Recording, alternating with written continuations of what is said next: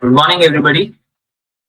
Uh, Warm welcome to this session of the Tech Talk being conducted by Solutionbuggy. And today we'll be looking at the energy.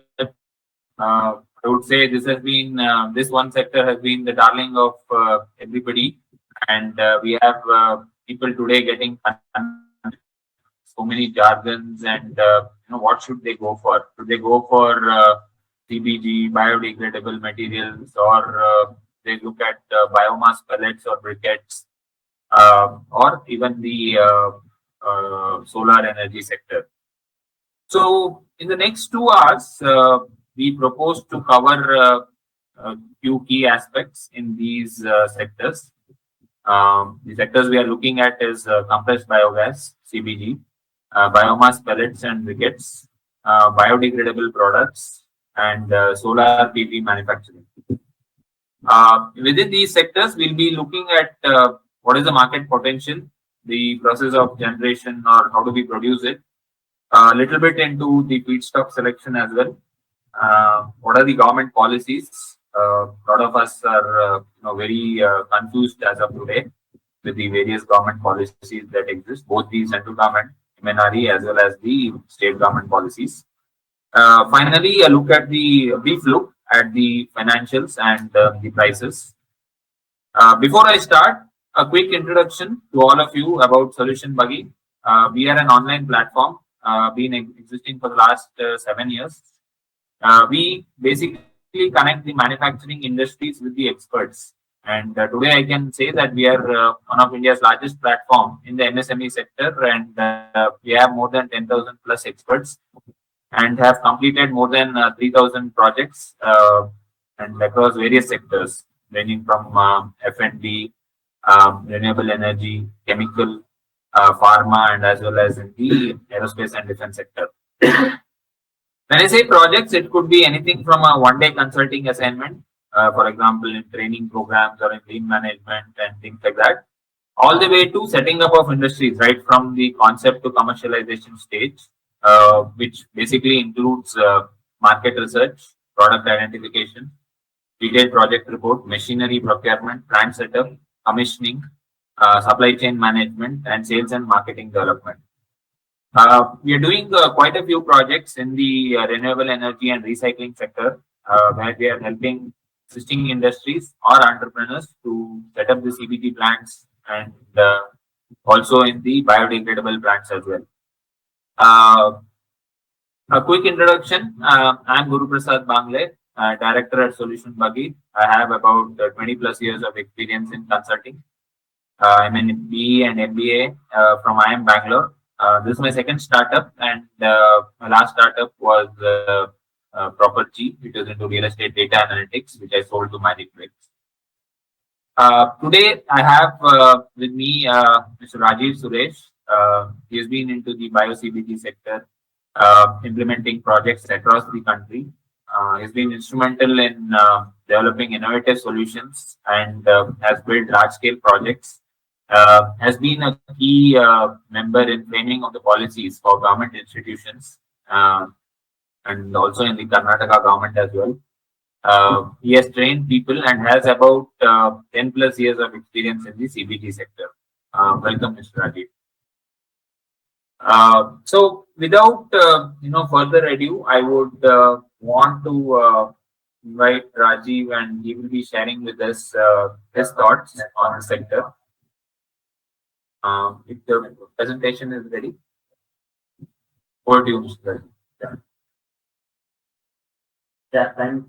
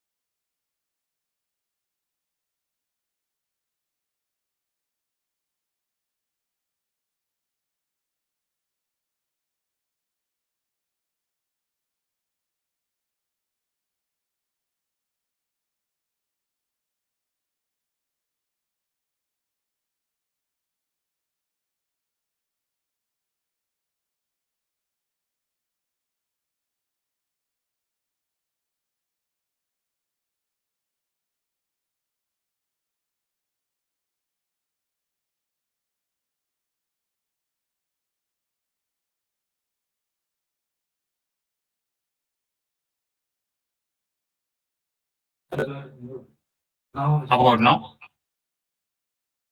I'm audible. Yeah. Okay. Yeah. So, thanks for the introduction, Guru. Initially, I think I'll talk about the sheer vastness and some of the characteristics of the energy sector itself.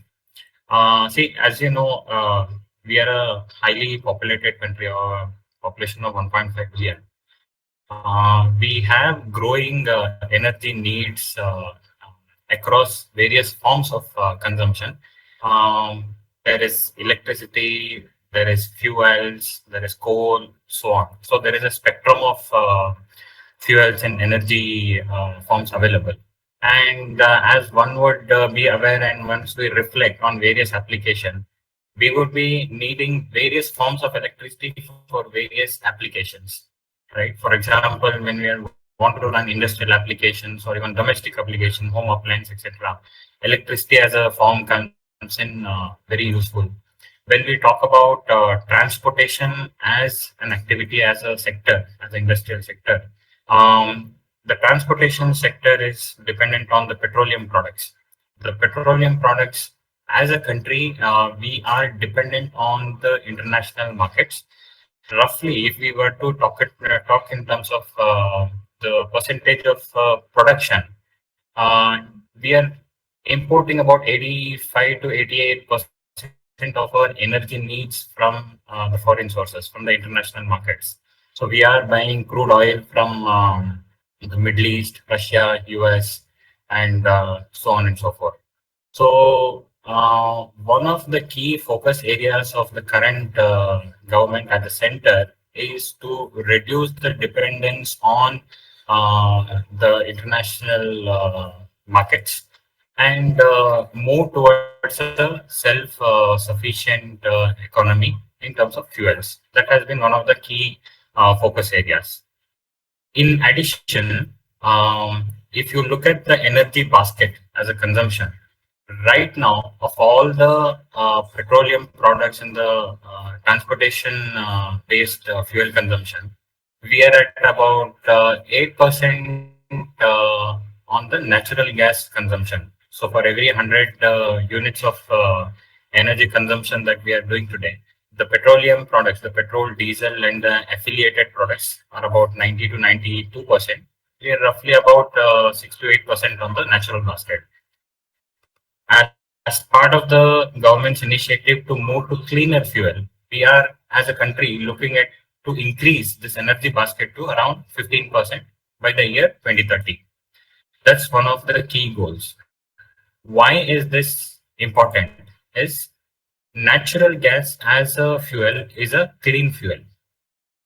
Now, what do we mean by clean fuel? Because one might ask this question and one might get this doubt that both natural gas and the petroleum products do come from the similar source. One of the characteristics of the natural gases, they are very, very low on SO2 and NO2 emissions, the sulfur dioxide and nitrous dioxide. The carbon dioxide that gets emitted when any fuel is burned will also, it's similar to the natural CO2 cycle, natural carbon cycle. What is more harmful for our environment, the various ozone layers, etc. Right? So we are talking about multiple climate change effects, etc. What is harmful particularly is the SO2, NO2 emissions. So that is one key aspect that differentiates natural gas in terms of emissions. So as a country, we are looking at transitioning to a cleaner fuel, self-sufficiency, so on and so forth. So natural gas itself has been a focus area. One of the key initiatives that has been taken by the government, particularly the Petroleum and Natural Gas Regulatory Board, is over the past 10 years, they have allocated various geographical areas across the country to various operators. 10 years back, so around between the year 2020 to 2014, let's say, you would have witnessed very few areas having natural gas. In fact, Delhi was one of the first locations to adopt natural gas on a very large scale. This was on the back of reducing emissions and moving to a cleaner city. The entire DTC, Delhi Transport Corporation, moved into a natural gas-based transportation, backed by Indraprastha Gas. Right, Indraprastha Gas is a joint venture of GAIL, Gas Authority of India Limited. So there was a significant focus and move to a cleaner fuel. Subsequently, post 2014, what the government did, particularly the Petroleum Natural Gas Regulatory Board, they classified the entire country's district into chunks of what we call as geographical areas. These geographical areas has been allocated based on a transparent bidding basis to various private as well as PSU based operators. I'm sure you would have heard companies like ThinGas, IRM Energy, Mega Gas, GAIL themselves have a city gas distribution. These companies have been allocated various geographical areas and have been given exclusive license to operate and supply natural gas in these localities. Now, why this is an important aspect before we get into the details of compressed biogases, it is on the backbone of a CGD network that compressed biogas network grows. If I were to give a equivalent parlance or equivalent comparison, in the liquid fuel segment, the petrol is a prevalent fuel that is already being distributed and consumed to a large extent. On the back of this is when the ethanol blending and mixing and E20 targets, E40, E10 targets are being achieved. So the backbone of compressed biogas or Bio-CNG will be the city gas distribution networks. By now, 12 rounds of bidding have been completed, and I think the government has covered about 88% of the population of the country through this bidding rounds. So as we speak, various companies are putting up gas distribution infrastructure in these geographical areas. A geographical area could be either one district or a combination of 2 or 3 districts, depending on the geographical size and the population of the districts. Now, coming to the renewable part of the fuel, especially on the biofuels, I'm sure you would have heard Bio-CNG, pellets, briquettes, ethanol, so on and so forth. Now, we are talking also about advanced fuels like sustainable aviation fuel, and there's a seaweed based fuel, etc. Right? So there are various forms right now. Now, let us try to understand what is the opportunity in CBG, why it stands out in comparison to the other forms of biofuels. Yeah, next slide.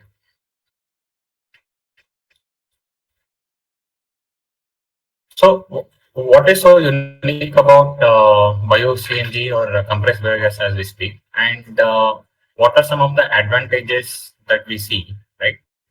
One, what we can, as we can visualize, Bio-CNG is generated from biogas. See, biogas is a very old concept. This has been in use in our villages, in our natives.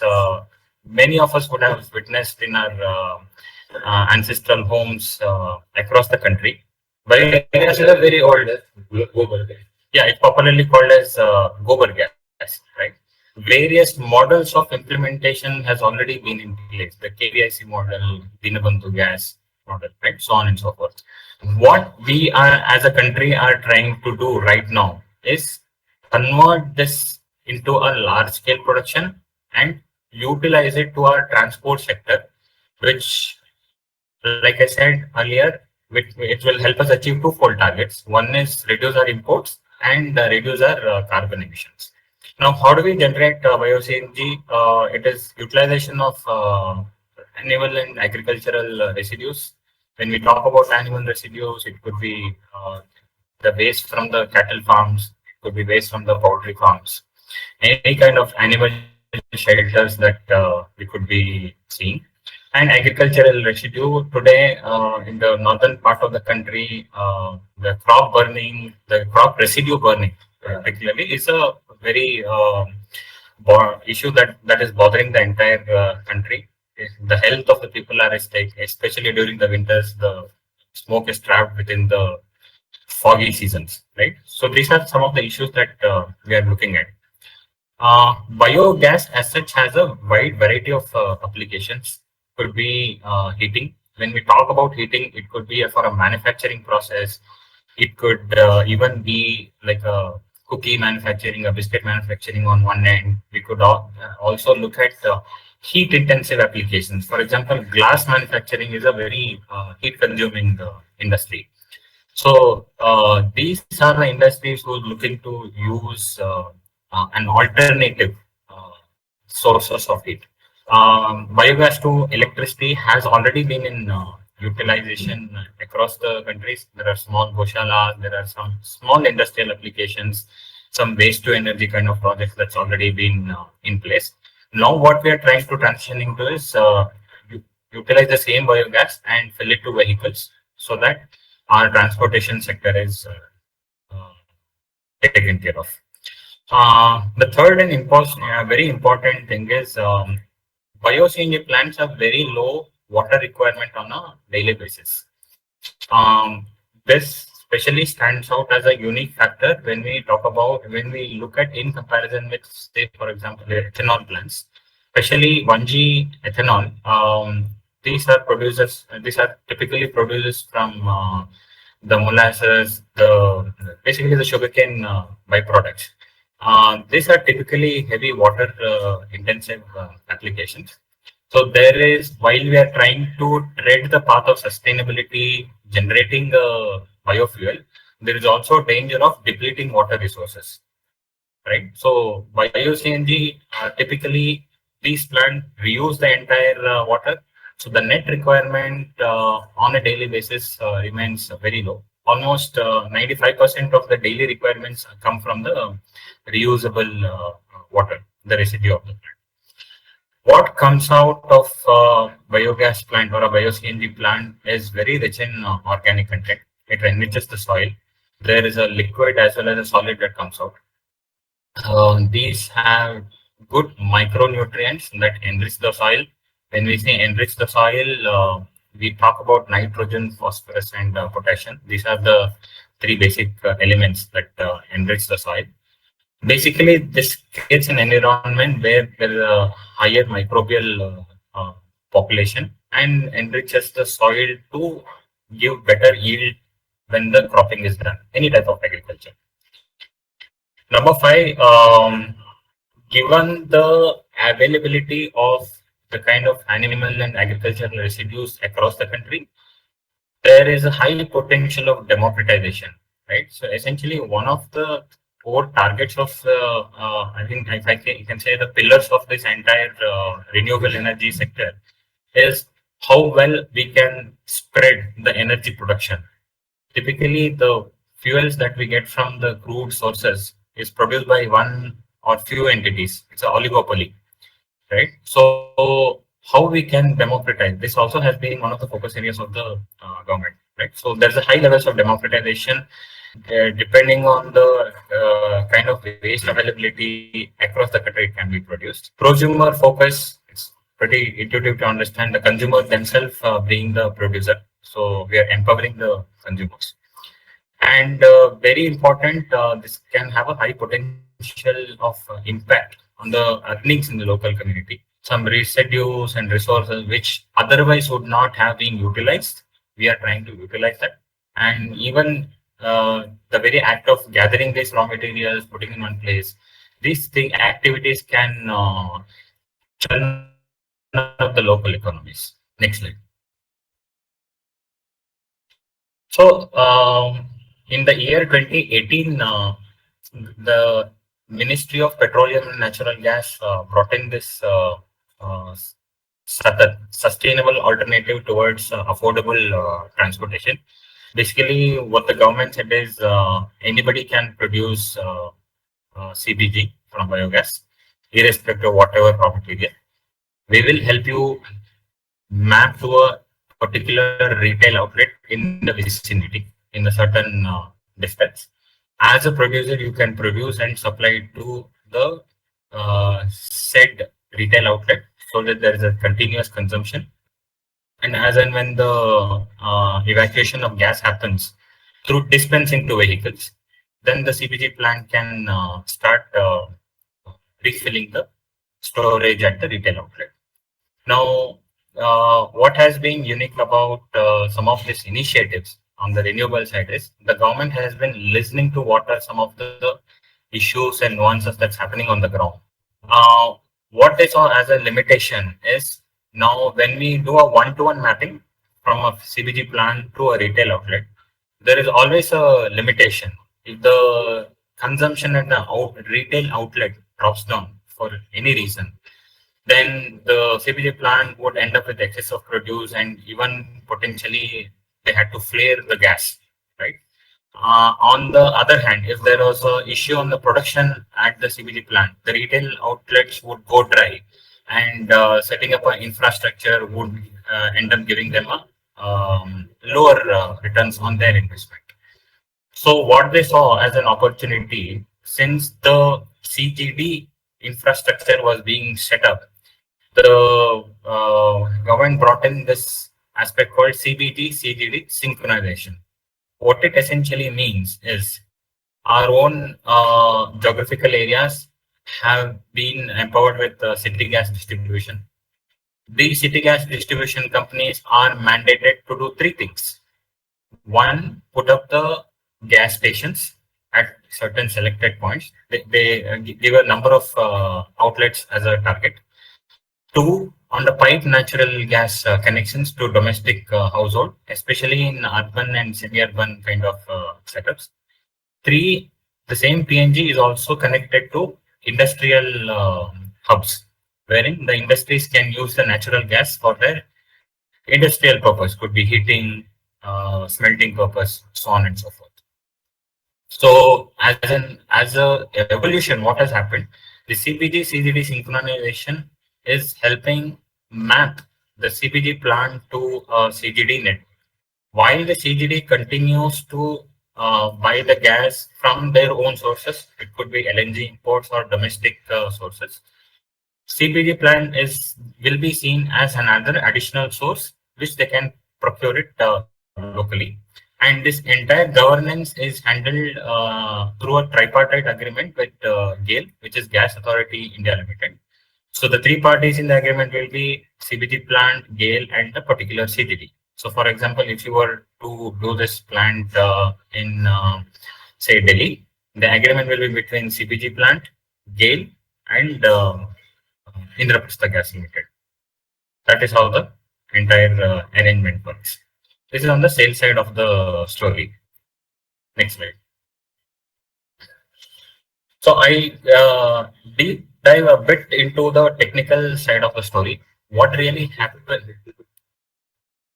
Maybe we keep it a little bit on the top of it. There's too much into it. Yeah, I'll just very briefly I'll touch upon the process. Not boring with the too much of technical stuff. See, essentially, what happens in the biogas generation process itself? It's a four-step process. It's I mean it's quite visible: hydrolysis, acetogenesis, methanolysis.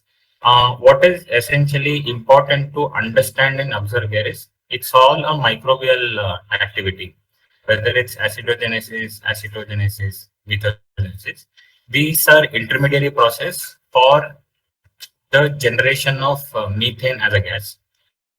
The source of all methane generation is what we call as monomers or glucose. So the most fundamental energy source on this planet, when we talk about bioenergy, is glucose. This could further be present in various forms on cellulose, biopolymers, polysaccharides, so on and so forth. The starch that we consume in potato ultimately breaks down to a glucose, right, in some form. So essentially, we've charted out this to help you understand what happens as an intermediate process. basically there are certain technical aspects that to be taken care of during the biogas generation process itself when we set up the plant. For example, pH is one of the key aspects. So this process understanding will come handy when we look at some of the operational aspects of the plant. One of the key aspects of operating a biogas plant is being able to maintain a constant feedstock input into the plant. The success of a biogas plant is one, being able to run the plant pretty much on a 350 to 365-day basis. Because it's like our own human digestion system. We consume food every day for our own living purpose.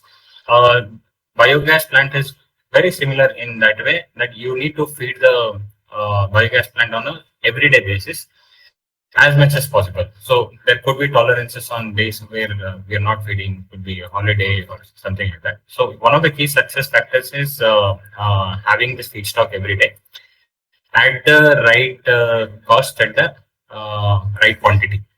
These are the key important aspects. Next slide. So what does the sales side of economics look like? How do they define the buying process?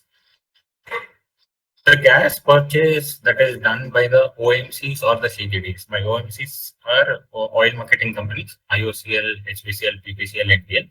CGDs are city gas distribution companies. The way they define this is on two pillars. One, you could supply the compressed biogas directly to the retail outlet through a cascade setup, or you could also inject it directly to the pipeline. Now let us understand this a bit, what it means. Now I have, for example, set up compressed biogas plant, which is say about 35 kilometers away from a set of gas stations. What it essentially means is I can supply this produced compressed biogas through a battery of cylinders. These cylinders hold the gas at a very high pressure. It is transported on the back of a vehicle, transported to the retail outlet, where they do have an inventorying mechanism. When I say inventorying mechanism, they have a set of cascade stationary maintained at the retail outlet. It is dispensed to those cascades and also further dispensed to the vehicles. So how does it work? What are the kind of economics? Now, what I'm essentially saying, you will get a price of 1380 per MMBTU. And MMBTU translates to a value of 21.12 kg. MMBTU stands for million metric British thermal units. Now, what is important to note here is when they're procuring the gas, they're looking at the calorific value of the gas. While the volume is important, when we talk about the supply of gas, we might talk about so much meter cube, especially when we are getting the bills at our homes. Significant part of the country is already charged with this network. They might be charging on SCM basis, standard cubic meter basis, so on and so forth. Here, typically what they're focusing on is what is the quality of the gas that we have delivered. That is where the entire MMBTU calculation comes into picture. So roughly, if I were to translate, what does it come to for a kg of CBG delivered to the gas station? It would be around 73 rupees per kg. That is the typical conversion. If we have an opportunity to supply to the pipeline. Now, what is important to observe is when we talk about pipeline, there are two types of pipeline. One is called a trunk line, which typically runs from the oil fields or the extraction fields to various parts of the country. So these are called steel pipelines or trunk pipelines. These typically they're not allowed. I mean, nobody is allowed to touch these kind of pipelines. You cannot inject the gas into these kind of pipelines. These lines are mostly owned by GAIL. the CGD companies are further provided tapping points from this trunk line. So, for example, in I'm just getting the example of Karnataka. There is a tapping point in Bagalkot.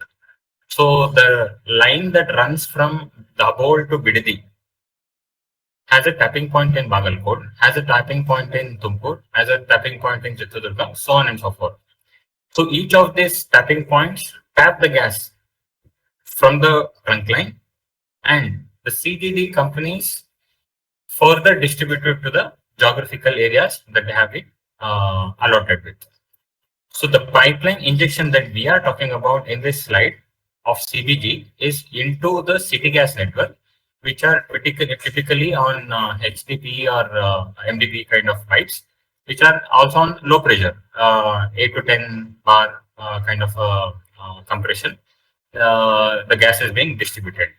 So here there is an opportunity. The government, in fact, has also announced certain capital subsidies to the CGD entities for a specified distance for a per kilometer basis. There are capital subsidies that's being announced to enable CBG companies to inject the gas directly.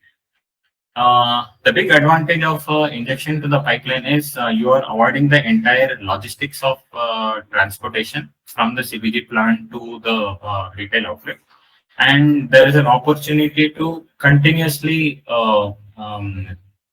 pumping the gas. Now, what is important to note is natural gas or methane gas.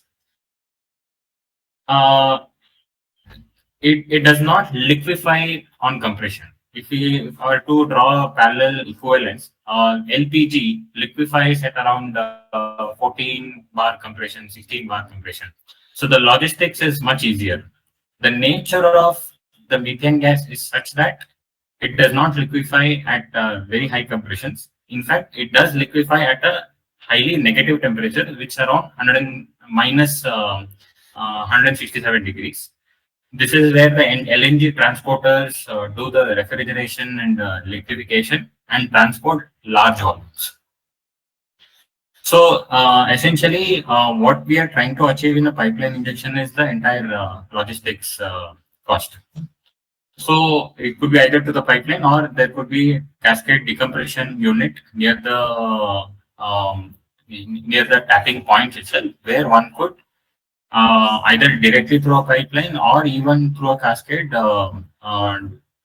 dispatch the gas to these points. Next slide. Yeah, so I think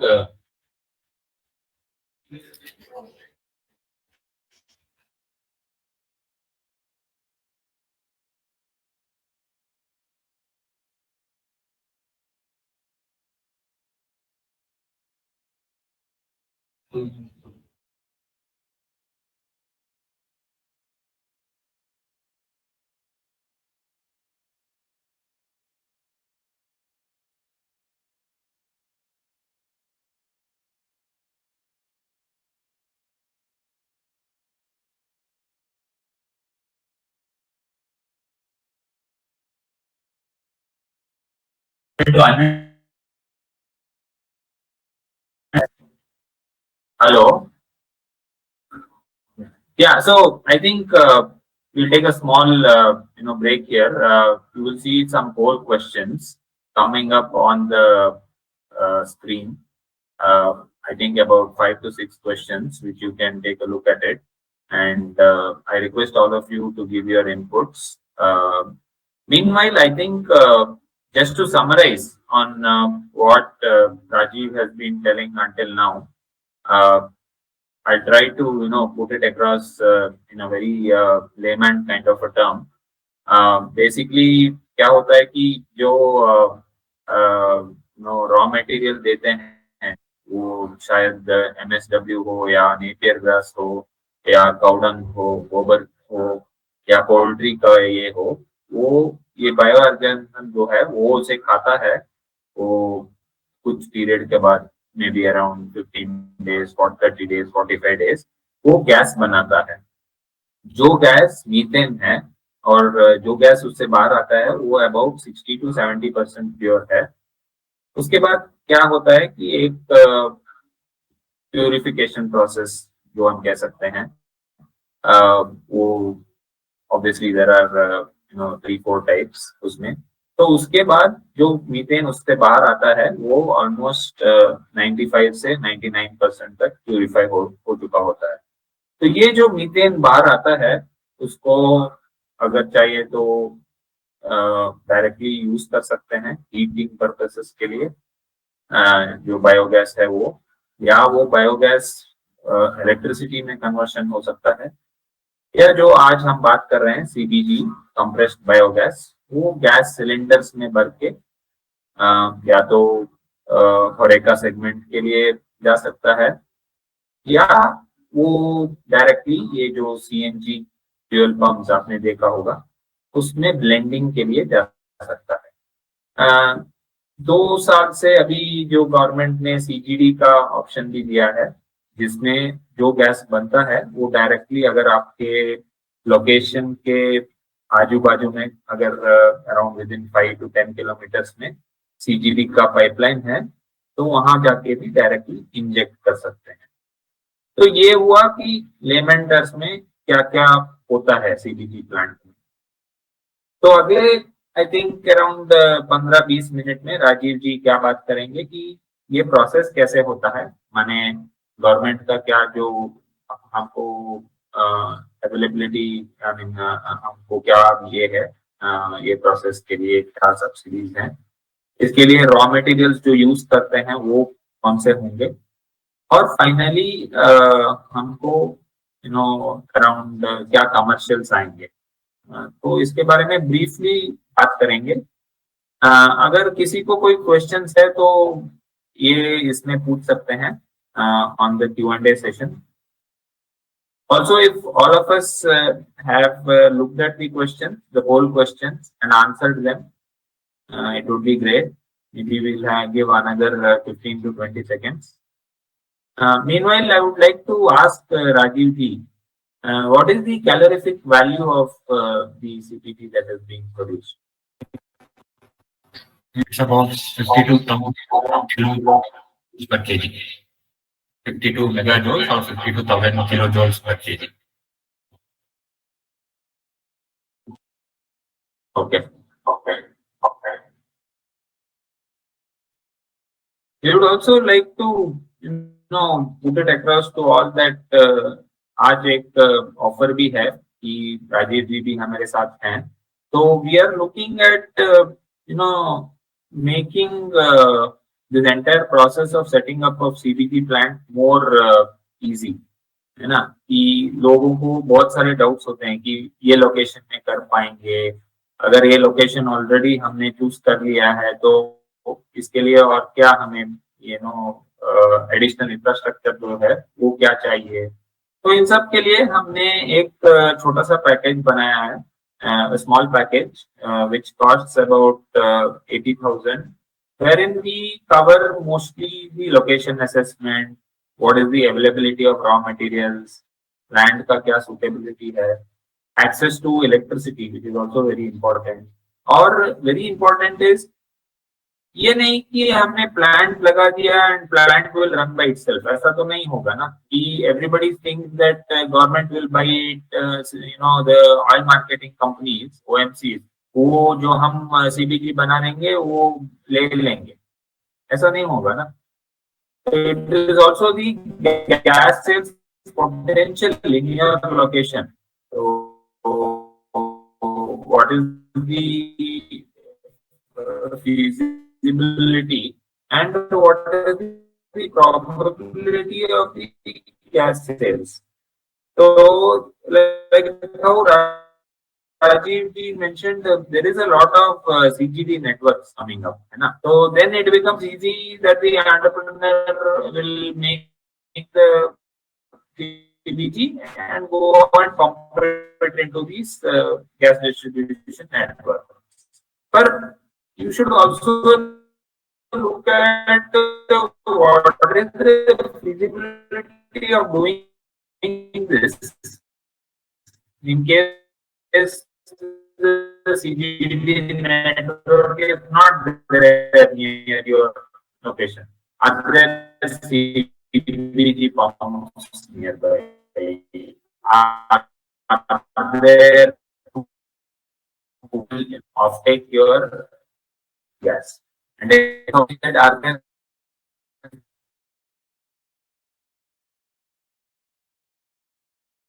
footprints? Also, government is looking for a lot of cement and also in chunk of their energy should be from renewable. In these cases, about 999. So you can also have a look at this and make your decision on that. So I think since all of you have answered the questions, we can continue with the session. Rajiv ji, over to you, and you can explain the rest of the aspects that the people are looking at. Yeah. Thanks. Next slide. तो I think मैंने वो feedback देखा. मैं English और हिंदी में दोनों में बात करने का प्रयास करता हूँ. Whenever we talk about biogas generation, जब भी हम गोबर गैस बनाने का बात करें, बेसिकली चाहे वो ऑर्गेनिक वेस्ट हो या काउडंग हो या एनर्जी क्रॉप्स हो या पोल्ट्री वेस्ट हो या बगास हो, काफी सारे चीज हो सकता है. There are various types of raw material based on which you can generate biogas. Different raw material have different energy potential. अलग अलग रॉ मटेरियल का अलग अलग एनर्जी पोटेंशियल हो सकता है. इसका मतलब यह है कि 1 टन रॉ मटेरियल से, चाहे वो गोबर हो या घास हो या पराली हो, हर एक का अलग अलग गैस बन सकता है. तो इसका प्रोसेस कैसे होता है? What is the process looks like? Basically you collect the raw material. Collection करना है मल्टीपल प्लेसेस से. टिपिकली जब हम काउडंग की बात करते हैं, काफी सारे गौशाले होंगे या गांव होंगे, तो we have to do the collection activity. First thing is we'll have to do the feed mixing. पानी से मिलाना is the first activities. And of course before that ensuring the raw material is not contaminated. For example, जब हम cow dung की बात करते हैं, आपको ये ध्यान में रखना है कि वो मिट्टी के साथ नहीं मिलाना चाहिए. सो फॉर एग्जाम्पल, जब भी गौशाला में हम जाते हैं, if the floor of the goshala is concreted or there is a stone structure, so then there is no soil contamination happening. Otherwise, जब भी वो जेसीबी उठाएगा अपना रॉ मटेरियल कलेक्शन करने के लिए, there is a natural mixing मिट्टी and cow dung. तब क्या होता है, डाइजेस्टर में जाके वो मिट्टी बैठ जाता है और वो बाहर नहीं आता है. Right. So this are some of the things we have to keep in mind. वो ध्यान में रखना पड़ेगा. So there is a digester, as you can see. Digester में वो कंटिन्यूस डाइजेशन प्रोसेस होता है. जो गैस बनता है डाइजेस्टर से, the gas that is generated can either go to a gas genset or go through a Bio-CNG purification system. जब हम प्यूरिफिकेशन की बात करते हैं, raw biogas जो है, whatever is generated in a biogas digester is typically 55 to 60% methane. बाकी carbon dioxide और moisture and other gases, nitrogen वगैरह रहता है. मतलब जो गैस बनता है उससे 55 से 60% हमको यूजफुल है. तो उसको we have to upgrade it. हमको अपग्रेड करना पड़ेगा ताकि it becomes useful for usages in vehicles. जो सीएनजी हम व्हीकल्स में यूज करते हैं, जो फॉसिल सोर्स से आता है, उसका प्योरिटी रहता है अराउंड 90%, 90 to 94% और 95% in most cases. तो हमारा focus will be to remove the carbon dioxide, remove hydrogen sulfide, remove moisture from the gas and make it vehicle grade ready.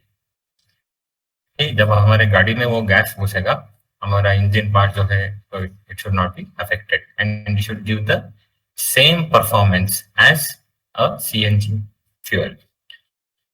Purification के बाद क्या होता है? It is compressed. So these are typically heavy duty compression. 200 to 250 bar is the range of compression.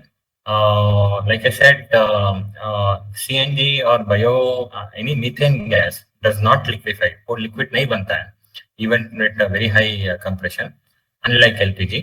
तो इसको हम high pressure में compress करके bottling बोलते हैं इस process को. These are stored in high pressure cylinders and filling station में we dispatch it on vehicles. दूसरा application, like I said, it can be for house or it can be for a genset or an industrial connection. Next slide.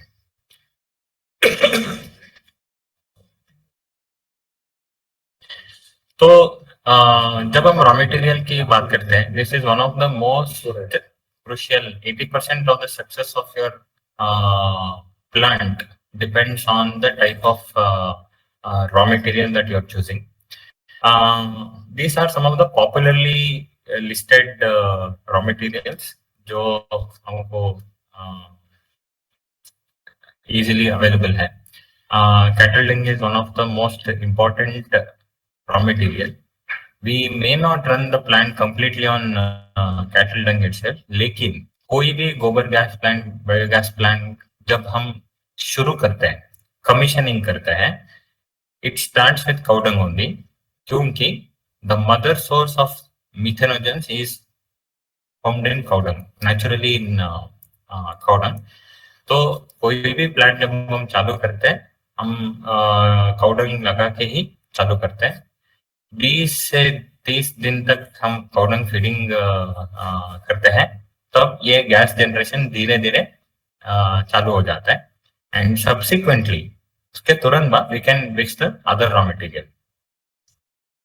Characterizes raw material like cattle dung is very large volumes to be able to run a commercially viable plant. So if you look at the yield, जब हम yield की बात करते हैं, 1 ton raw material से लगभग 20 kg का CBG बनता है. So now you can imagine how much of raw material is required to produce a 3 ton or a 5 ton kind of production every day. When we look at poultry, for example, well, poultry litter जो आता है, it's typically low density हल्का material रहता है. It also has a very foul smell.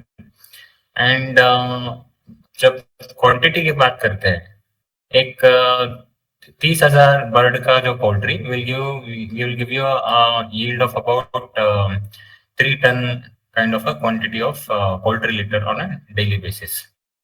So collecting quantities in a scale of 100 tons, 120 tons or 150 tons is a slightly a mammoth task in case of poultry. Having said that, कुछ जगह है, especially in the Vijayawada, Rajahmundry, that kind of a belt where there are large scale poultries. So those could be potential areas where we can explore poultry waste based biogas plants. Poultry litter is also very well known for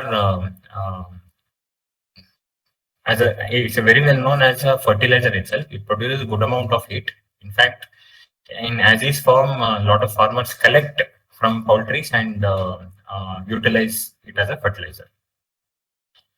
Paddy straw, again, this is like the talk of the town. This is the blue-eyed boy in the entire lot, simply because of the burning issues. It is available in large quantities. मतलब काफी सारे दिखता है, million tons की statistics दिखता है. Challenges इसमें ये है कि आपको 15-20 दिन मिलेगा पूरा कलेक्शन करने के लिए.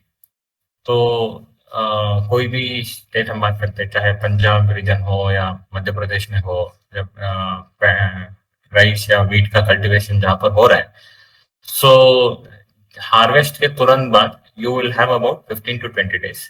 Now you will need a massive infrastructure to be able to do this collection.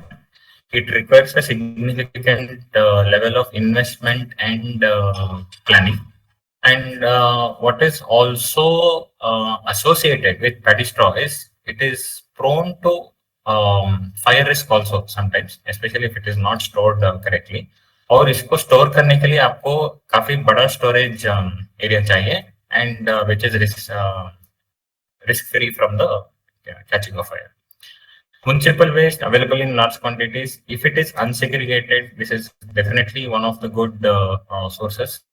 In fact, जो गवर्नमेंट का प्रोग्राम बनाए हैं इसी को यूटिलाइज करके जो भी वेस्ट आता है अर्बन बॉडी से या सेमी अर्बन टाउन से वहां से ऑर्गेनिक वेस्ट उठा के you have to utilize, especially vegetable markets और agricultural markets जहाँ पर भी ये वेस्ट निकल के आता है. They are good sources to pick up the waste. But the key thing is it has to be segregated from the inert solids. The inert solids मतलब plastics, glass, any other rubber materials. और क्योंकि क्या होता है जब भी ये transport होके आता है all this vegetables material, they are generally packed in various type of packing materials. So it is very important to ensure कि वो अच्छे से segregate हो चुका है. Then what is also catching up is Napier. मैं treated Napier करके लिखा हूँ क्योंकि Napier को प्री ट्रीटमेंट करना बहुत जरूरी है. It is like this. जब हम खाना खाते हैं it has to be well mixed with either dal or any kind of dishes so that it mixes well and our digestion process also works well. In a similar format, Napier को अच्छे से grind करके अच्छे से treatment करके चाहे वो acidic treatment हो अल्कली ट्रीटमेंट हो subject to the pollution control norms, it has to be treated well ताकि डाइजेस्टर माने पेट में अच्छे से डाइजेशन होना चाहिए. Digester is nothing but a mechanical stomach I would say. तो वहां पे कोई इश्यू नहीं आना चाहिए. So treated napier grinded napier is very important to have it. Yeah, okay. Yeah, next slide. Yeah, so napier की जब हम बात करते हैं it is a wild crop. कोई भी कंडीशंस में उगा सकते हैं. Across the country people have experimented this large scale farming. इसमें it is no rocket science. Even drier regions or even the wet regions. When I say wet regions, जो paddy के लिए use किया है, even they are suitable. Harvesting is a fairly easy process. Mechanized harvesting करना पड़ेगा. There are mechanized harvesters available in the country जो अपने आप कट करके chop करके गाड़ी के पीछे डाल सकते हैं जैसे आप स्लाइड में देख रहे होंगे. It's a fairly well established practice. It's a wild crop, grows in any condition. Depending on the agroclimatic conditions, depending on the fertility of the soil, इन दोनों के ऊपर डिपेंडेंट है. आपका यील्ड वेरी हो सकता है. 1 एकड़ में एक साल में लगभग आपको 120 टन पर एकड़ पर ईयर से लेके 180-200 तक भी जा सकता है. और प्लान हमको ऐसे करना पड़ेगा ताकि it is suitable for our own local conditions. There is no one single answer. कोई एक single answer नहीं है. Lot of people ask कि yield कितना होगा. तो answer is it has to be understood from a local conditions perspective. Next slide. Yeah. So I think in the last 1 hour, what we have tried to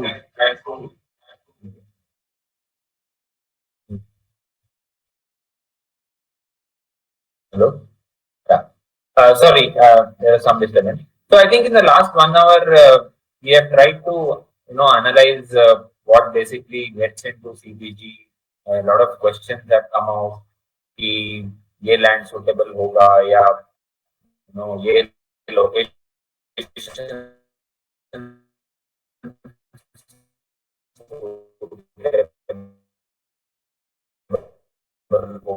होगा या नहीं.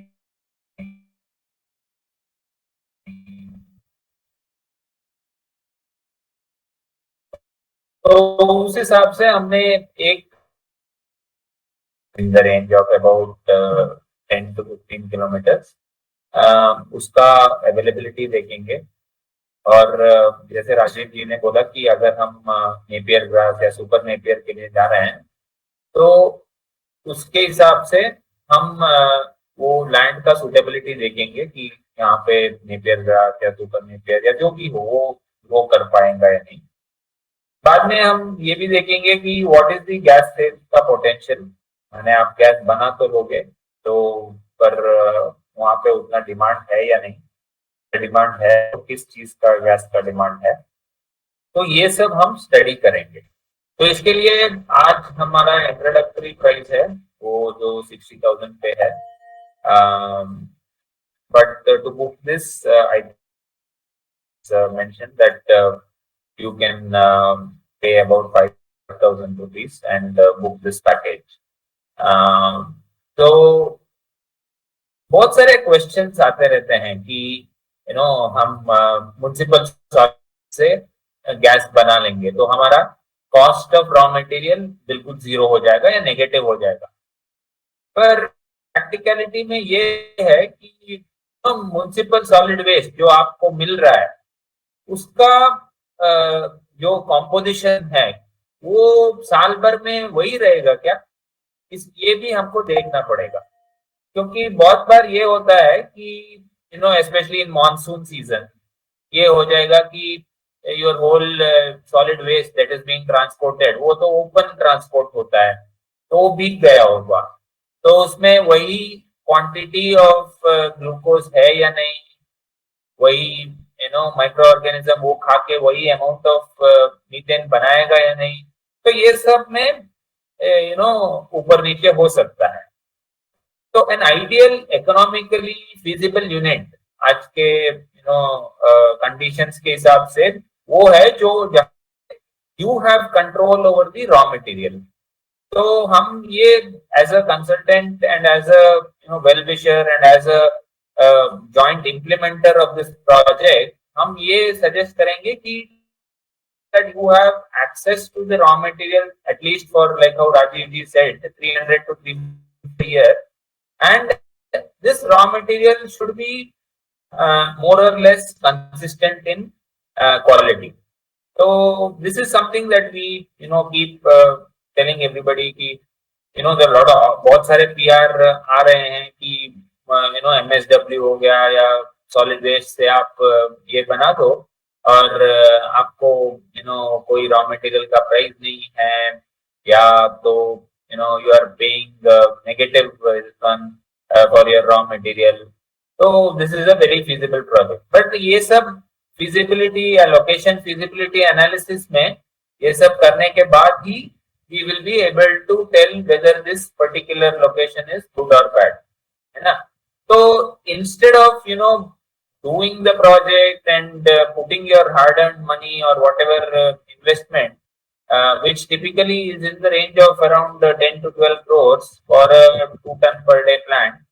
And also why we have always suggested 2 TPD plant is because if you want to get into the Satat program, MNRE का जो Satat grant program है, then you have to go for a minimum of 2 ton per day plant.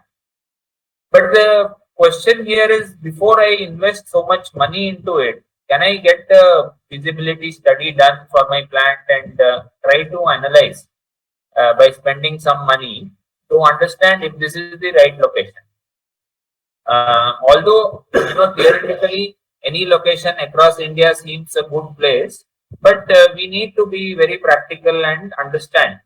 So along with our team, Rajiv ji will do a location feasibility study and then we can take the next step. So any questions to Rajiv ji? I think we are open to it. We have a few questions. So yeah, you can have a look at it.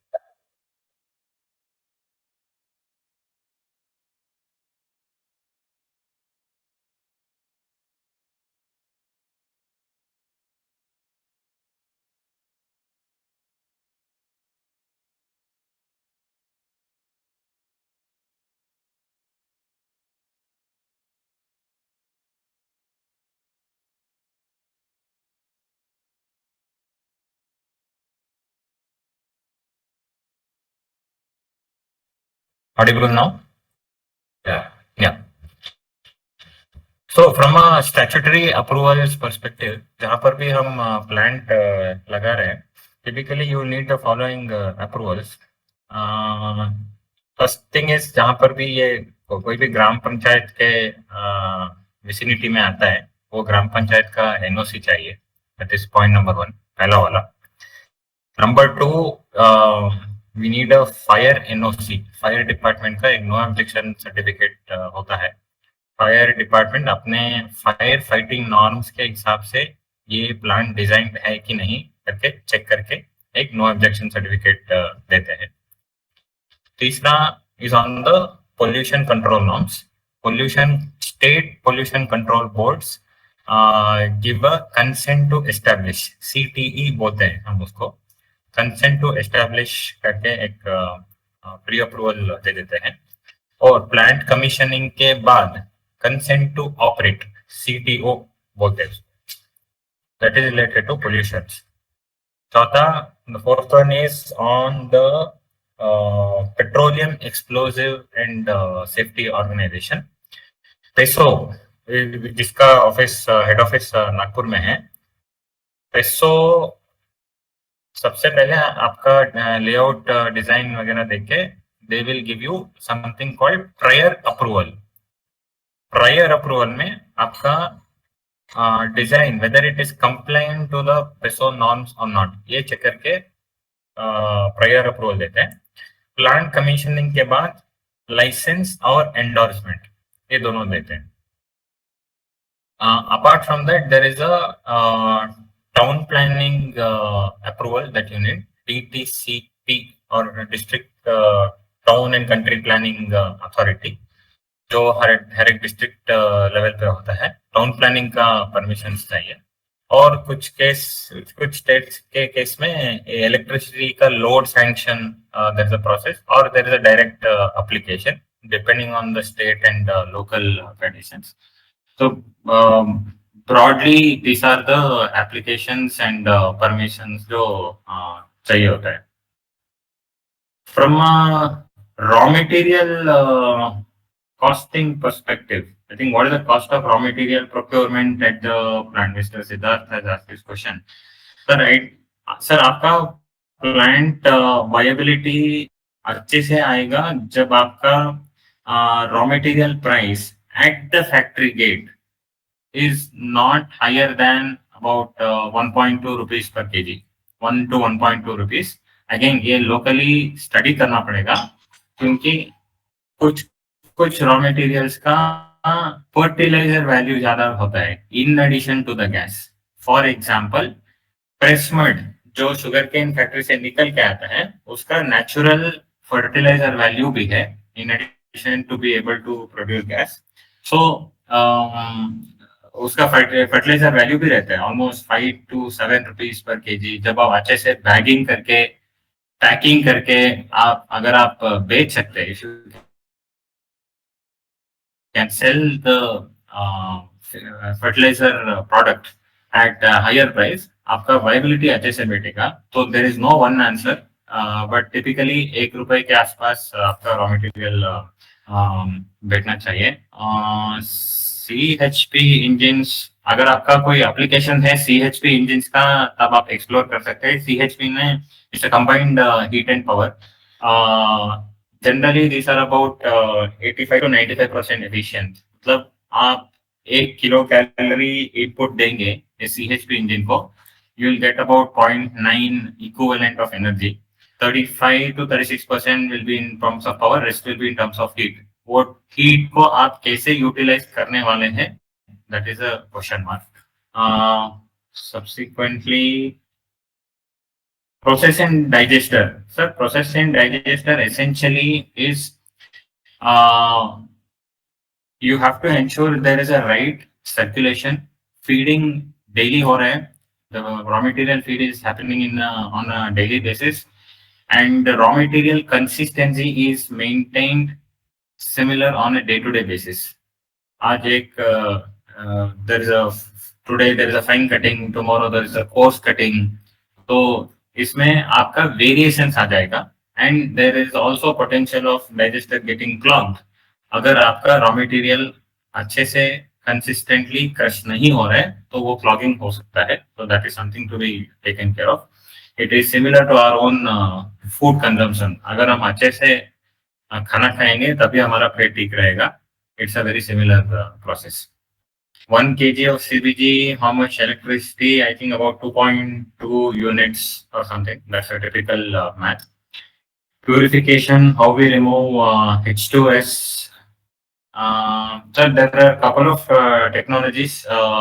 There is a VPSA, which is vacuum pressure swing adsorption, or there is membrane-based separations, जो hydrogen sulphide, moisture और carbon dioxide तीनों को निकालने के लिए एक stage by stage process रहता है, जिसको you can utilize for the purification process.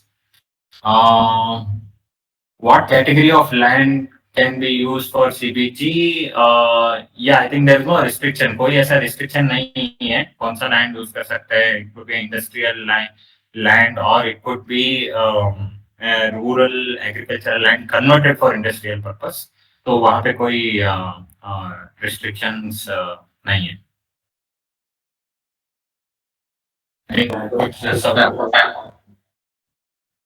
Okay.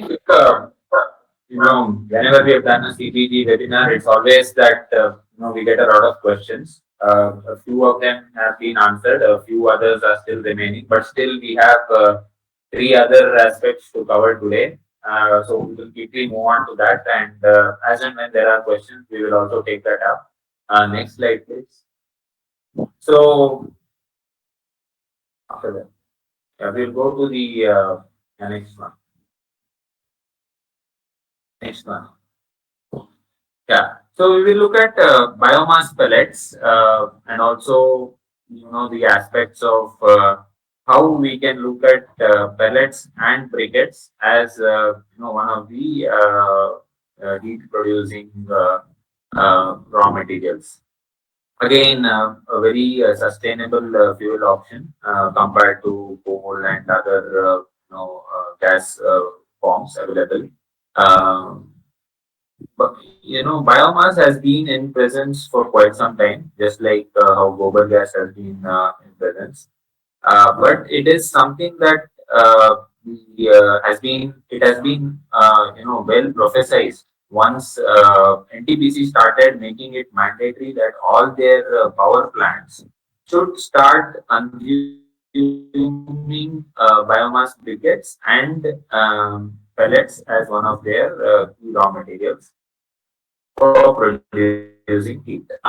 One is because of obviously low carbon emissions. The second is, this is something that Rajeev was also talking about, the availability of lot of, I would say, waste and agri residue that can be converted into biomass. Again, the same, I would say the funda holds true here as well. You need to have a plant which makes consistent calorific value pellets.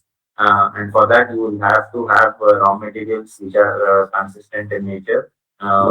By definition, napier grass can also be made into biomass pellets and can be looked at as one of the raw material options. We can also look at options in the range of rice husk, or it could be parali, or it could be even lantana grass that can be converted into biomass briquettes or pellets. Next slide.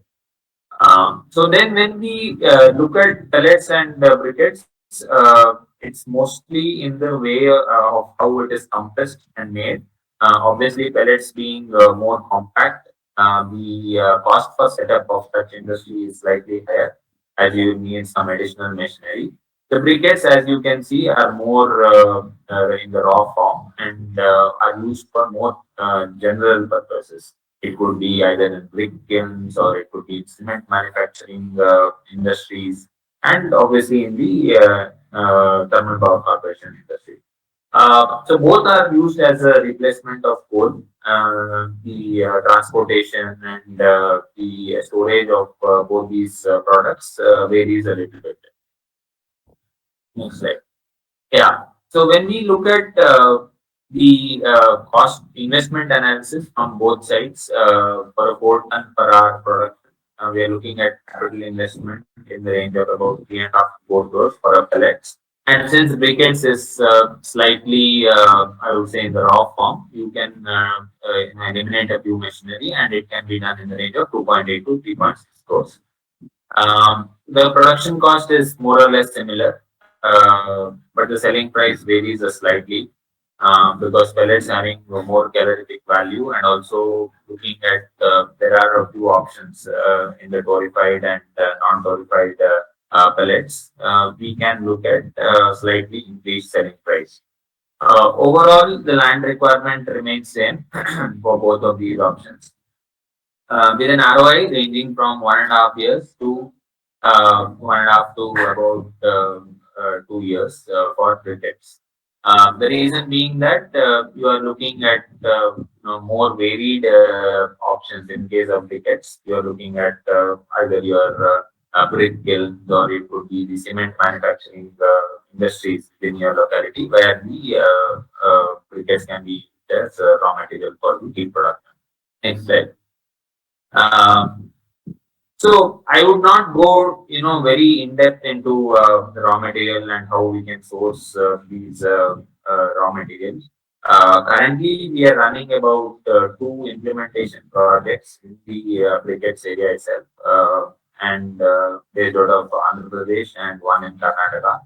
A project team can get in touch with you one-on-one and do a kind of a location study for you. You can get in touch with our project team as well. See, the basic funda is that you are looking at making the available agri residue. It could be rice husk, parali, or it could be wheat, straw, or even our sugarcane bagasse, which can be put in into this as raw material, and you will make pellets out of them. Especially in the Maharashtra belt, there is also the groundnut and cotton, husk can be used. Also, from a industrial perspective, if there are sawdust or wood or plywood industries close by to your places where sawmill activity is done on a regular basis, then that also can be used as one of the raw materials for making pellets or briquettes. Most of the units are being run as are being fueled through the FPOs for collection of these waste. Few places where lantana, or it could be napier grass which is being used, contract farming can also be looked at.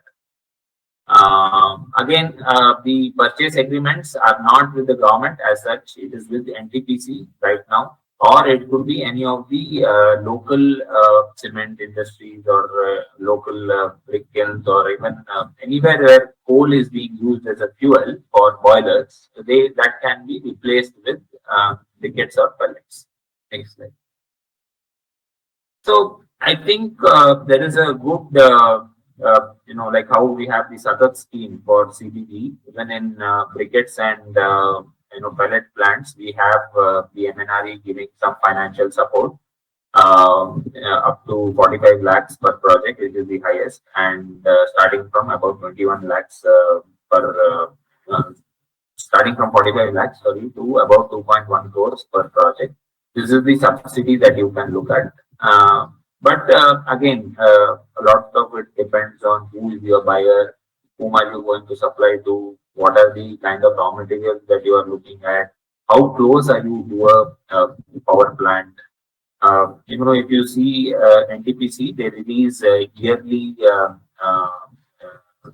audits, and also mention the option for supplying briquettes for their plants. And in that, they mentioned that the plant should not be more than 25 kilometers away from the NTPC plant. So, if you are in that vicinity, then this is a very much feasible option for you. We can do again a location feasibility study. My team can look at it and take up this as well. Next slide. Yeah, so I think with that brief, introduction into the biomass sector, we will now be moving over to biodegradable products, which my colleague Prithviraj, he'll be going And into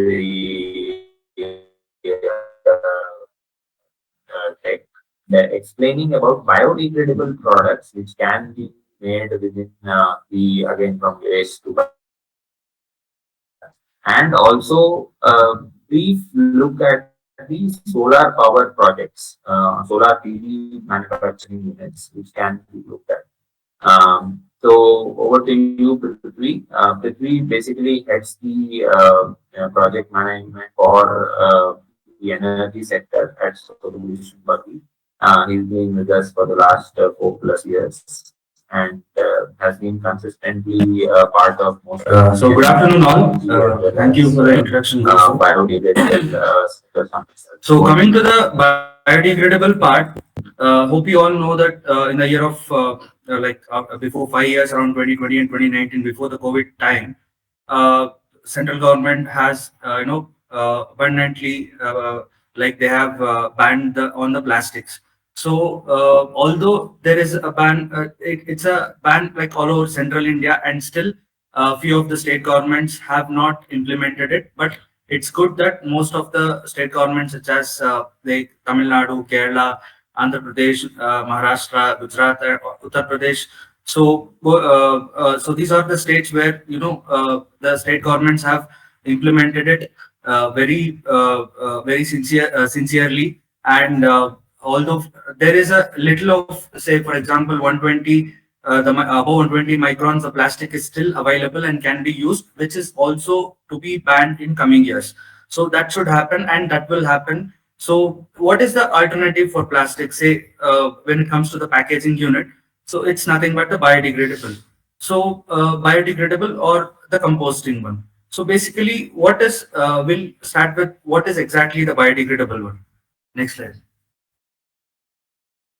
So starting with the biodegradable is nothing but it's obtained by the breakage of microorganisms such as bacteria or fungi or other biological process which is naturally occurring.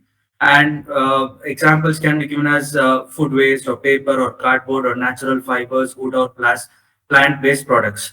So what are the trending topics or the products that can be produced by using these biodegradable packaging, personal care products, clothing and accessories as well, home accessories, medical implants, and as well as medical plastic waste and all, and other improvisation or innovation products, even the bottles or cutleries or other FMCG products can be done. So basically, the maize or corn starch is considered as the major raw material that will be used to prepare this biodegradable products. And there are also a couple of technologies involved over here. Next slide. So one is the PLA, polylactic acid, and one is PBAT, polybutylene adipate terephthalate technologies. So what exactly the difference between these two technologies are? So coming to the PLA, it's completely renewable process, completely made of corn, and it is effective in industrial composting. It is very hard, and it has a good tensile strength, as I said. But PLA pellets has poor elongation because the tensile strength is higher, so it can deform in hot condition. So often blended with PBAT to improve flexibility and compostability.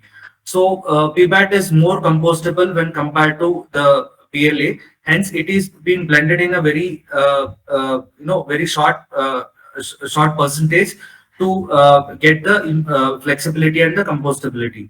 So these applications involved in 3D printing, cutleries, medical implants, as it is very hard, and the cutleries also, and it is very lower in cost and 100% carbon free. So this is the major reason why central government is implementing this biodegradable for all the especially for all the industrial manufacturers. Coming to the PBAT, So PBAT is basically a petroleum-based raw material composition in between both renewable and non-renewable. So it is completely not non-renewable also. And composting is effective in ambient conditions as well. It's not like the PLA technology where industrial composting is only possible. And it is well used in flexible application, and hence packaging is a major applications here. So it is used in blown film and packaging, as I told, and blended with PLA for strength and reducing the cost. So PBAT has, as it is from the petroleum and the byproduct, so the cost is quite high when compared to the PLA, which is naturally available, and hence few of the percentage of PLA will be blended with this PBAT technology to increase the strength or strength as well, as PLA is quite hard. And applications, as I told, compostable bags, mulch films, flexible packaging, so carry bags or they grocery bags, and any other such bags or covers, what we'll say in general. And it is quite higher cost, and it is not completely carbon free, as it is based off a petroleum based product. Hence it is good for soil friendly, where it decomposes as early as possible within 90 days. So this is the major advantage of PBAT technology. Next. I think we have a poll question coming up. So please, whoever is looking at your screens, take a look at the 4 or 5 questions that are coming up on your screen, and give us your answers for the same. It will be on your screen for the next 20 to 30 seconds. Kindly answer these questions. And as you're answering, I think I would like to again highlight upon the feasibility study that we have brought up for your locations, which we will be sharing, where we mainly look at the location assessment, availability of the raw material, suitability of your land, access to electricity and also road access, and also look at the gas sales potential, which a particular area can give you. So based on that, we will be doing a detailed analysis, and I would say before spending crores of rupees on setting up a plant, I would suggest you to have this location feasibility study done. My team here, along with Mr. Rajiv, will be looking at these locations and giving you an in-depth analysis, and also meeting you in person when they are there. So the entire package cost is about 80,000, and for today's session we have got it down to 60,000 as an offer. To book this package, we have given an offer of 5,000 rupees. Whoever is on the whoever has registered for this webinar can make use of that. And meanwhile, as you are looking at the poll questions, I think many of you have already answered. We've had 4 people who have taken this package today as of now. Thank you for all of you who have taken this package. About 4 more questions are coming up on your screen. Please have a look at it and answer them. So to the 4 people who have taken up this package, I would like to highlight that my project team will be getting in touch with you. Since many of you have this confusion in mind, what should be the right profession, where should we set up the plan, what should be the key aspects that we have to look in setting up this plan. And also, it's a more of a, rather than I would say a manufacturing industry, it's more like a physical process that happens when CBG plant is being made. So we should keep in mind that not just anybody and everybody who supplies these machineries will be able to set up a successful CBG plant. Today you would have seen sob stories of a lot of these CBG plants, चाहे पंजाब में हो या हरियाणा में हो, बहुत सारे ऐसे plants आ चुके हैं जो either optimal quantity में काम नहीं कर रहे हैं या तो फिर about 200 days of the year काम ही नहीं कर रहे हैं. तो ऐसा क्यों हो रहा है? What was the intention of setting up these plants? या ऐसा हो रहा है the plants are being set up and लोगों को ये पता नहीं चल रहा है कि optimum production कैसे करें. तो ये सब चीजें जो हैं have to be looked at even before you want to set up this plan. So I would suggest जो भी seriously interested हैं कि इन plans में कि please have a look at these aspects before you commit your hard-earned money into these plans. So since all the questions have been answered, I would request Prithvi to continue with the session and walk us through the aspects of both the biodegradable products as solar, power products in the next 30 minutes. Over to you. Sure. Thank you, sir. So coming to the manufacturing process flow. So basically we'll get the starch, and starch has to be converted to pellets, and pellets will be dried using the hopper dryer to remove moisture, which is the most important part. And then it will be introduced into the film blowing or the extrusion process, where blown film extruded into a thin film through a circular die. So, and it is cooled and inflated in the form of a tube or a bubble. Then winding process will be done, where flattened film is rolled onto large rolls. And then finally it will be introduced into a printing, where flexographic methodology is commonly used basically for branding, labeling, and certification logos. And here the most important thing is whoever wants to become a manufacturer of these biodegradable, the main important thing is to have the certification logo on the packaging unit, where as per the rule from the central government. So you will be having the company name, the address, and a small QR code, where if you log in the QR code, then we'll get directly, it will be your website will be shown on the Google. So then finally the bag making machine. So any type of bags can be produced using this the bag making machine, like say for example starting from 5" to 6", or more than 10", 16", and 16:21. So likewise, as per the standard size given by the central government, so any kind of or any size of bag or in any micron, say for example starts from 30 microns to 200 microns, so any size that can be manufactured. Next slide. So as I was explaining, these are the machineries: dryer machine, high-speed mixer for blending and feeding, blown film extrusion, flexographic for printing, and then finally the automatic bag cutting and sealing machine. Next slide. So coming to the total project cost here, so it is divided into two types. One is pellets making machine, and the other one is bag making machine. So here we are considering only PBAT, while flexible packaging, where it is used for packaging purposes. So other things, still as per the market, still it is under the R&D process, where many of them have already started across India, and it is widely used for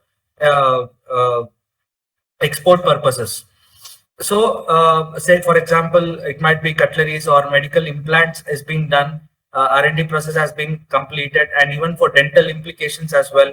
And the other things are in the process, like even the biodegradable bottles to replace the plastics one, where the rates or it has to match according when compared to the plastic. So that is under the process. But whereas when it comes to the market for these packaging units, so packaging units have already addressed, many people are started, like in Gujarat or Karnataka or Andhra and Tamil Nadu and all. So it is also used in, it's a completely a B2B business, where it is used in maybe temples or any grocery shops, other retail units as well. Hence, the main intention from the central government is to replace the plastic, and it has to be implemented within next 5 to 10 years. Complete plastic will be getting banned across the India. And here total project cost of 2.8 crores. It has been divided into pellets making machine is for 2 CR, and printer and bath making machine will be in and around 1 CR. So the total cost will be around 3 CR with the land required is around 10,000 square feet. Next slide. So this was about the biodegradable, and so coming to the most important and the emerging, or maybe it was there, the manufacturing of solar panels was already emerged in the last decade. But coming to this decade, as you all know, like the Chinese have overtaken almost all the countries, but still in India we have a scope in coming years. That is because, especially in the solar PV module sector, that is because the rates or the machinery rates and the total manufacturing process rate is quietly decreased when if we compare to previously before 2 years. Next slide. So the solar. Why solar energy is one of the key solutions. So as we were discussing about all the three products earlier, the main source for all the three products was agriculture, and sun is the main source for the agriculture to to grow all these things. And hence, coming to the solar, so it is the most plentiful energy source, as everyone are aware of it, and solar energy falls on the surface of the earth at a rate of 120 petawatts. So this means that all solar energy received from the sun in one day can satisfy the whole world's demand for more than 20 years. So we are not even using 20% of this at least. So coming to the technologies, there are several kinds that are currently available. However, each of them is based on quite different concept as well. So generally, non-concentrated photovoltaic solar panels or concentrated solar panels, solar thermoelectricity systems, so sensitized solar cell, and now we are concentrating on the crystalline technology, which is generally commonly used. Next slide. So coming to the solar supply chain process, this is not as per the manufacturing, this is not as per the technical, this is as per the business wise. So how, if you are planning for solar, to put up a solar plant, so how can you begin? So how will you organize yourself? So which of the sectors you can enter into?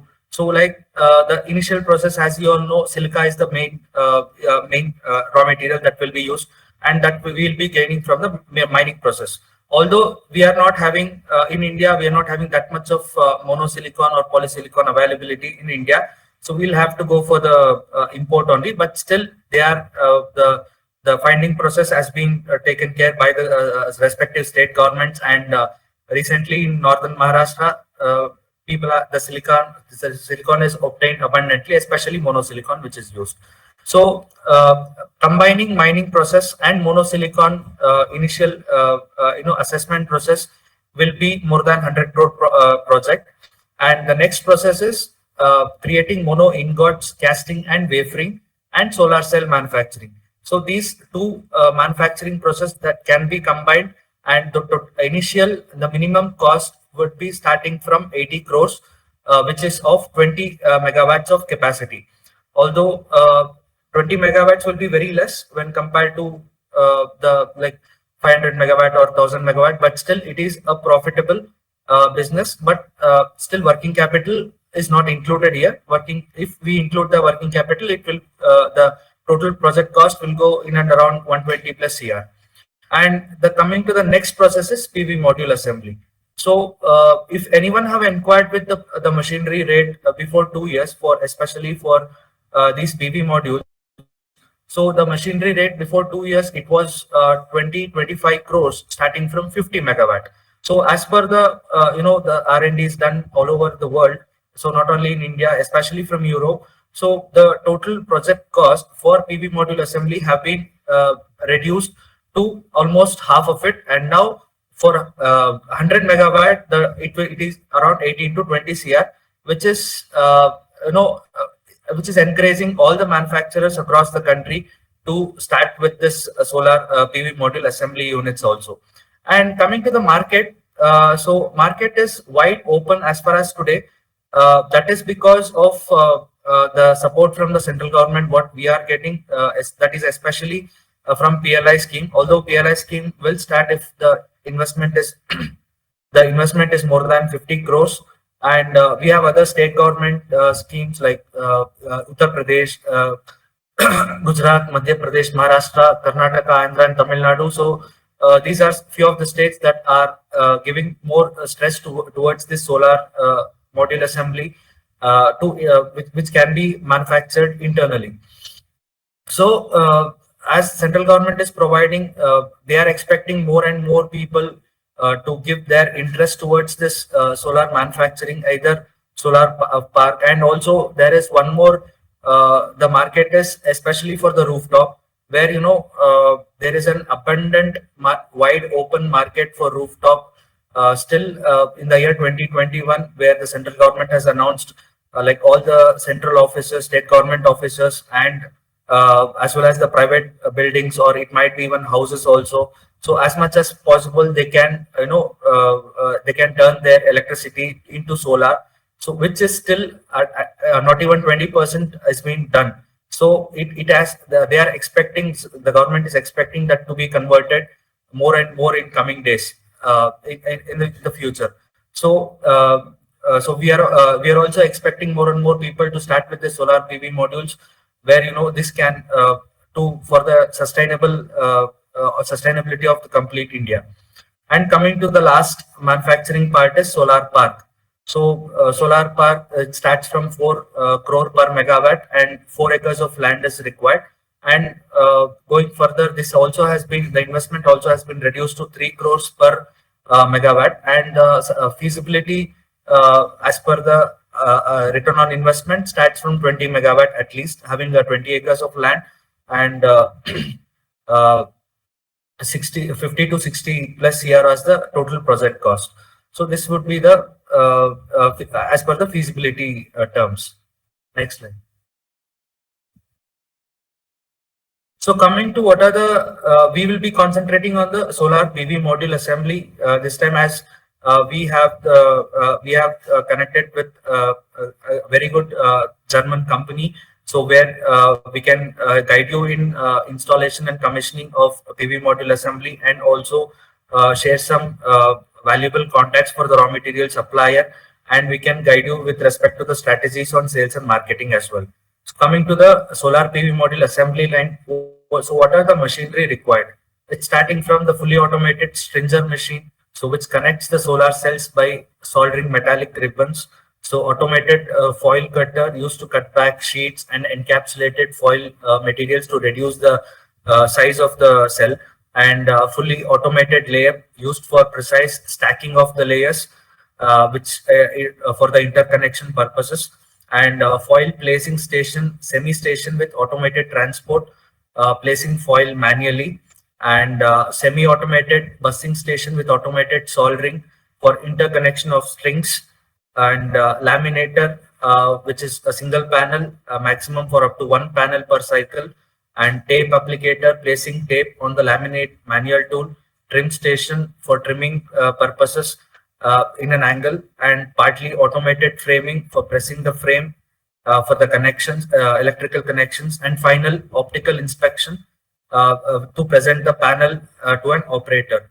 So junction box, buffer for laminates, LED flasher maximum, which can be more than 2 million flash per LED lamp.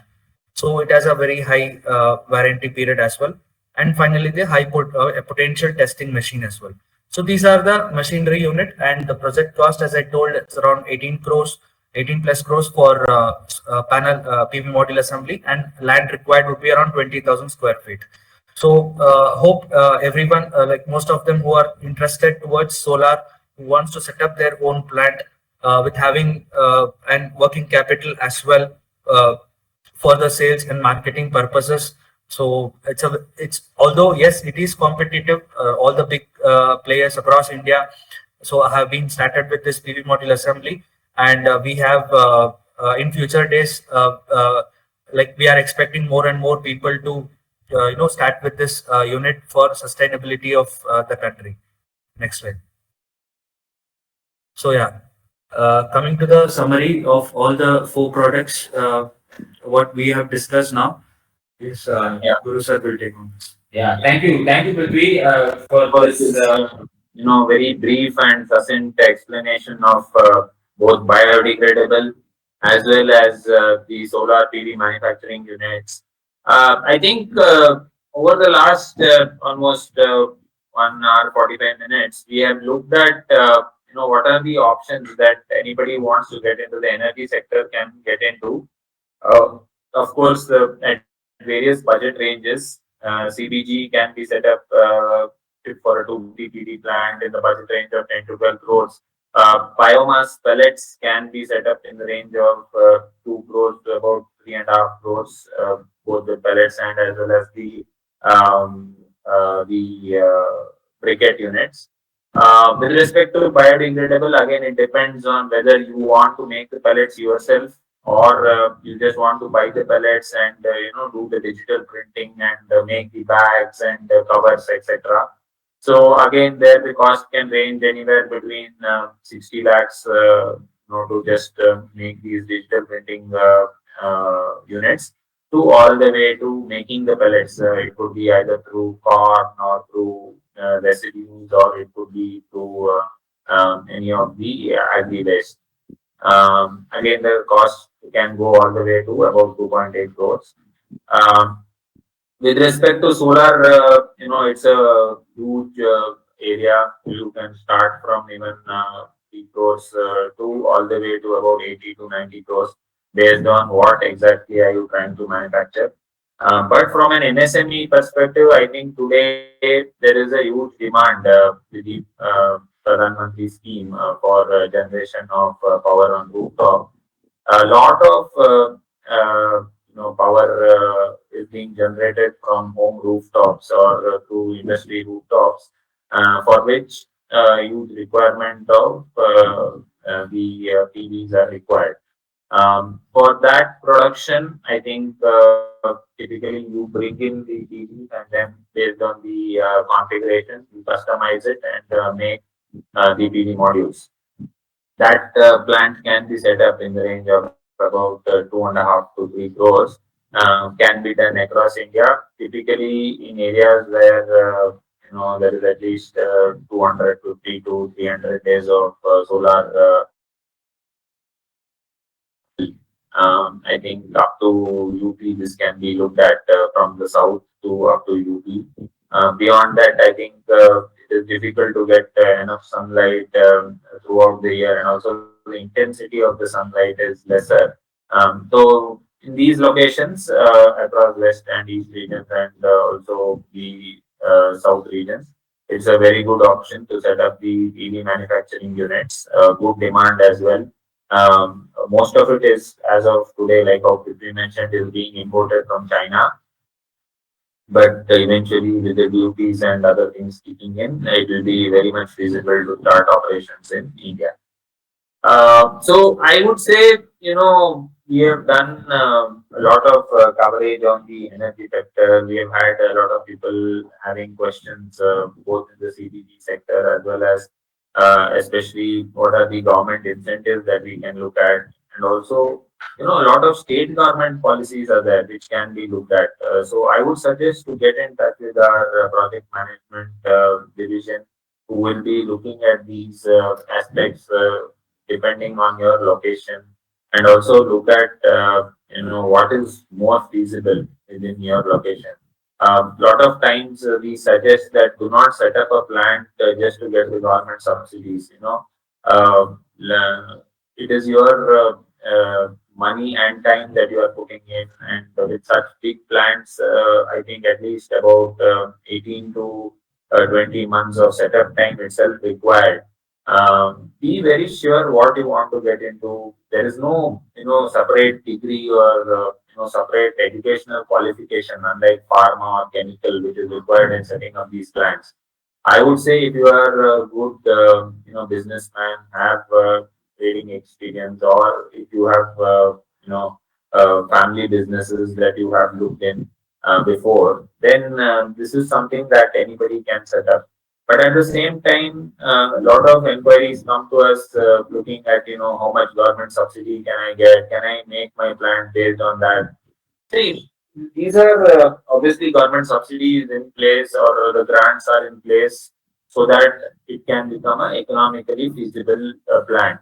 But at the same time, you should also remember that you are investing your own money.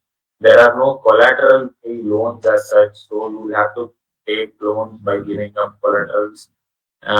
You can do machinery hypothecation to some extent, but all these again involves a lot of time and effort from your side. So try to value that and see when you are going to invest typically in the range of 10 to 12 crore, for example, for a CTG plant. You should have it very clear in your mind that you are going to be in this business for the next 15 to 20 years.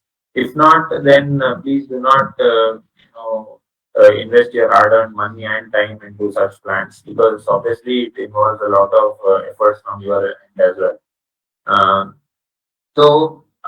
Obviously there are a host of schemes from Sadat, which can for a 2 TPD plant, which starts at about 4 CR for grant for setting up of the plant. Again, there is subsidy in terms of electricity charges for 7 years. If you are generating electricity by yourself, then again you have some very good rates from the ESCOMs for the electricity that you have generated, and if you are supplying to the grid. We also have a few state government schemes, especially from Gujarat, from Chhattisgarh, from UP, as well as from Telangana as well. There are other states who are formulating their policies, like how I said, RGP and us are also part of the Karnataka state government scheme policy documentation team. So we are also hoping that some good, policies will be rolled out from Karnataka state as well. But beyond that, there are good options from the MNRE itself. And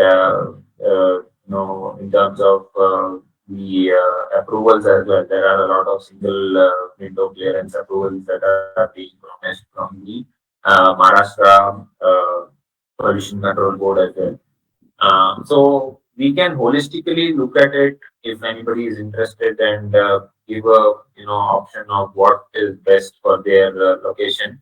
And I would suggest, if anybody is serious about it, to go for this package that you are seeing on your screen, and make a small commitment, and we can obviously have my team look at it.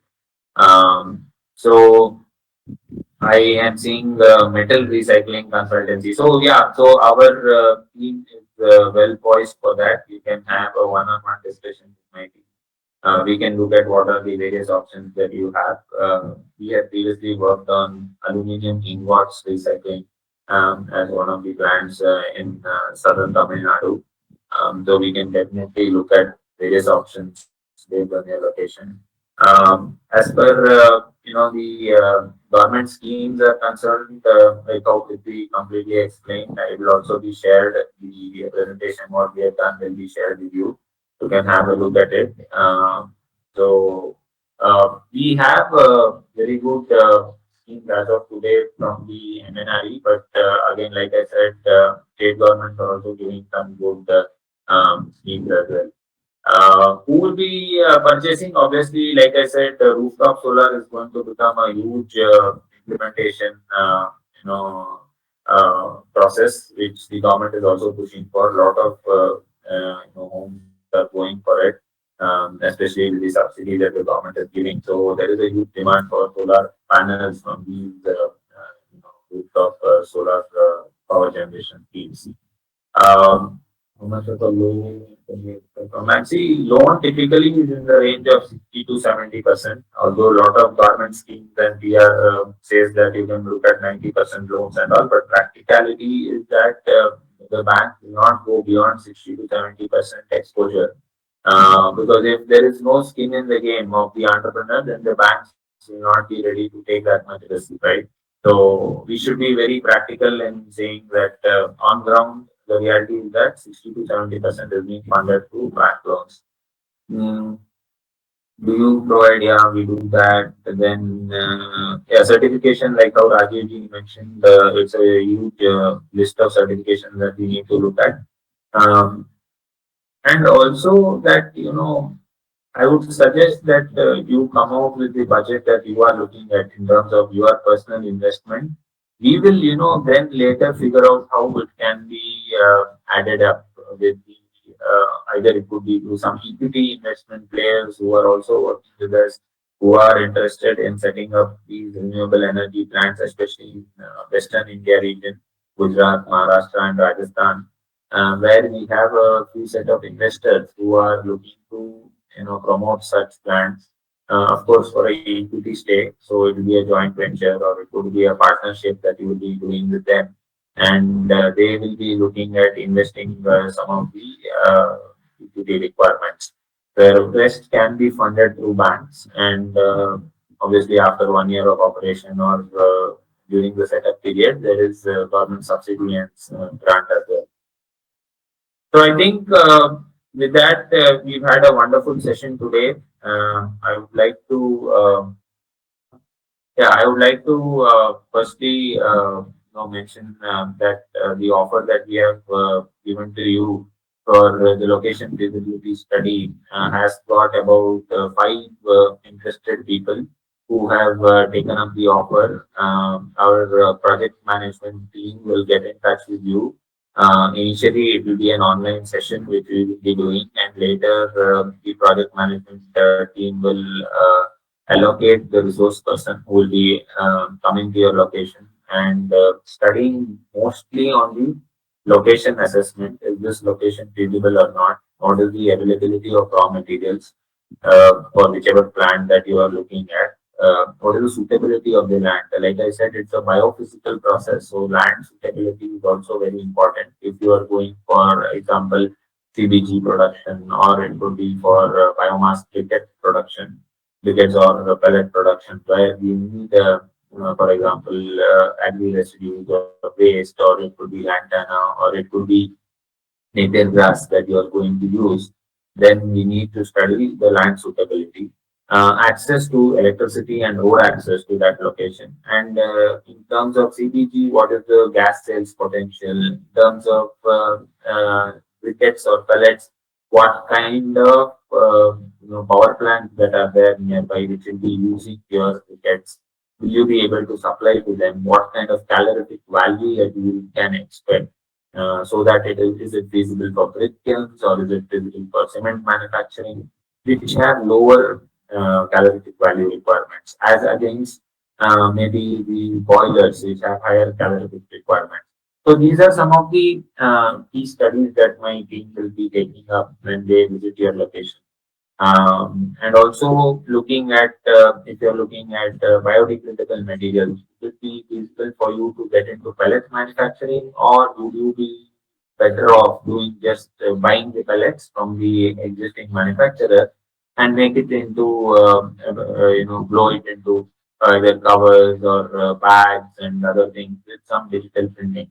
So is this the best option? This is what my team will be coming in and studying for biodegradable products, or it could be the cutlery and the plates and other products that you could be looking at. So I would suggest, since you are investing so much of money into setting up of these plants, it would be feasible for you to take up these, small packages, which are in the range of, I think about 60,000 for today's offer for the webinar attendees. You can make an advance payment of about 5,000 rupees and block your slots, like how the five people who have taken up this, package, and you can understand whether this is the right sector that I should go into. Like I said, we have had about 20 projects that we are looking into in the renewable energy sector over the last 3.5 years. So obviously we have made our own notes and our own do's and don'ts that we could be sharing with you before you take a plunge into this.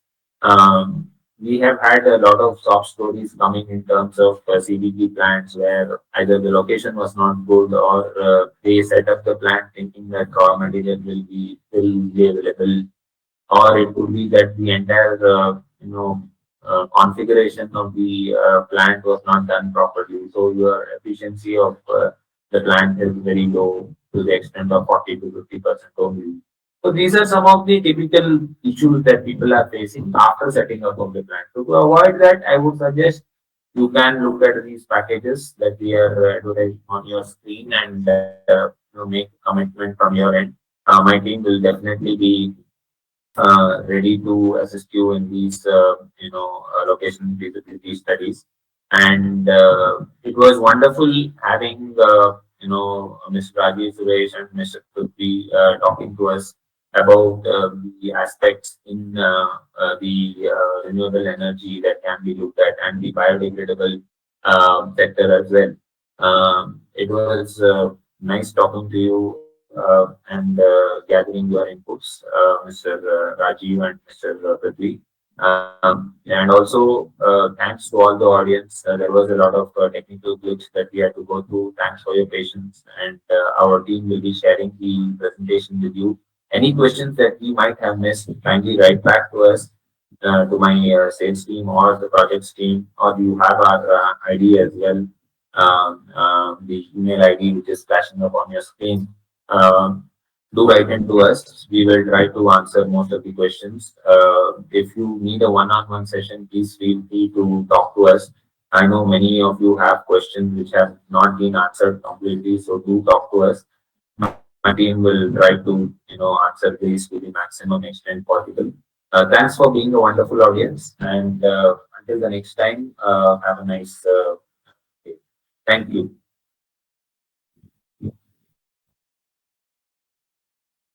The recording has been stopped. Thank you for joining. Goodbye.